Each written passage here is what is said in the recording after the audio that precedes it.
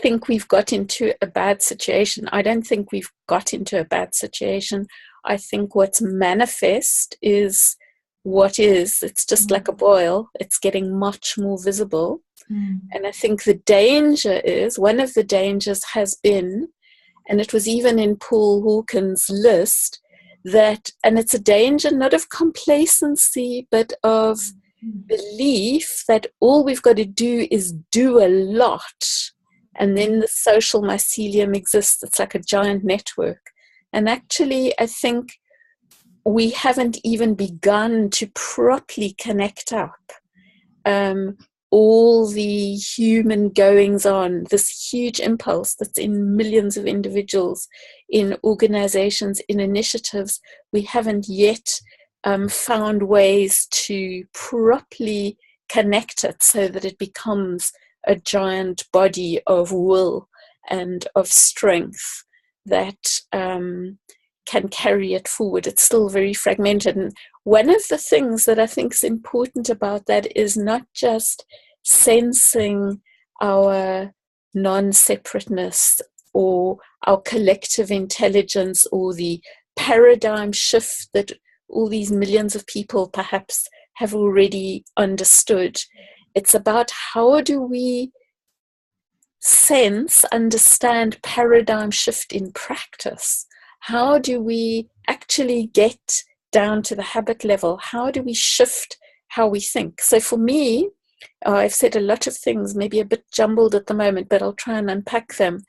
It's not so much about recognizing our non-separation from nature, but through really connecting with the so-called world out there, coming to our senses, which is a phrase I shared with David Abram once, and he loved, and I love very much.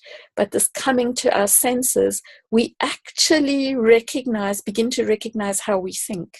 And the real paradigm shift for me is that every single human needs to get in there, into this space where we see what we see. In other words, we see the lenses with which we see the world, and that's our thinking. Those are our concepts, our thinking, and that's where we can also shift how we see. We can shift what we think. And perhaps what's happened in this huge big movement, why it hasn't been as strong as it will become and needs to become, this huge body, is it's not conscious enough. It's not actually conscious enough of the concepts it holds on every individual level in every organization. An organization is made up of many, many individuals. An organization, if we just look at that example for a moment, an organization can have aims and agendas, and everybody who works in the NGO or the group subscribes to them.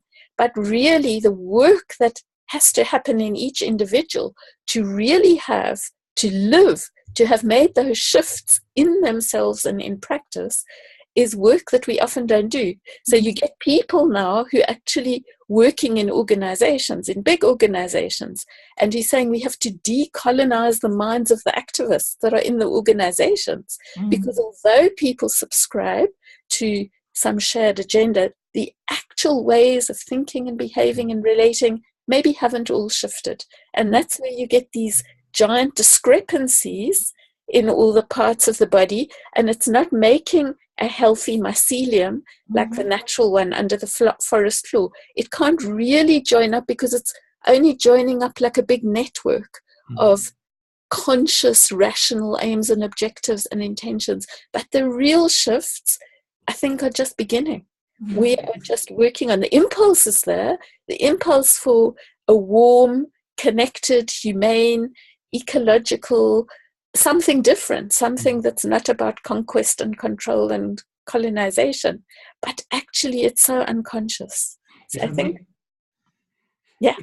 If I may ask you directly, because there's something you seem to point at when you point at there's a paradigm shift in practice that is needed. In particular, when you said we have to come to our senses in able to think. There's some and also what you called the decolonization of the activist. So what I see when I hear you speaking, there is this kind of systemic world out there. And even if you try to engage and do something better in the systemic world, we're still part of the systemic world. But there's something in the awakening to our senses, as I hear you, that is a much more fundamental, but also much more down-to-earth shift that we need to make in order to really become part of this different body that you're envisioning. Just to ask you if I hear you right and what you mean, if this is... Yeah, in a way. And so I think, so first of all, I think part of the senses, I work very much with Rudolf Steiner's idea of 12 senses, not of 5 senses. And some of those senses are the social senses, the senses of hearing, of listening, active listening, hearing, of thought, of speech. But the sense, I think, that Steiner spoke about that is most important for our work now into the future is the I sense. And people often think the I sense is this old ego sense that we've got to get rid of so we can become ecocentric, not egocentric. But actually, I think what Steiner meant by the I sense is that sense that I am here. I mean, Martin Buber was talking about it, Paul Ricoeur, number of people, the sense that of the being here that encounters the being of another.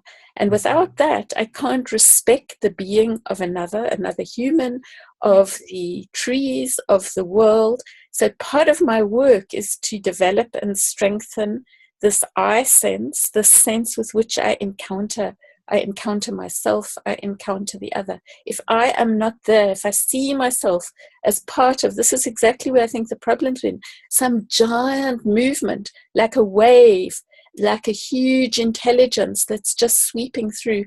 I don't do the work myself. To be present, to even feel the pain is part of the work, to then recognize what I do with the pain, to notice my actions and reactions. So all the time, each and every human and human groups and human communities actually can build capacity to encounter this world and its mistakes more fully. We've demonized thinking because we think of thinking only of one kind. We think of thinking as linear, logical, one kind of thinking, and we think that we've got to do the opposite of thinking. So people are often thinking we've got to kind of counter thinking with a kind of visceral gut sense of things, and that's not intuition either. So I think often people are putting their capacities away, feeling guilty about being egocentric.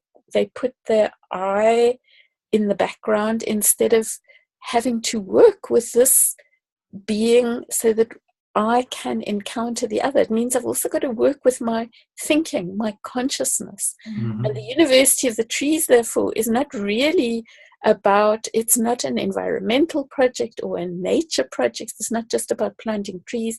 It's about encountering the world so that we can encounter ourselves, we can encounter how we think, and we can begin to make those shifts in our thinking as part of our aesthetic work, as part of our enlivened work away from numbness. We can start to encounter how we think through our being in the world.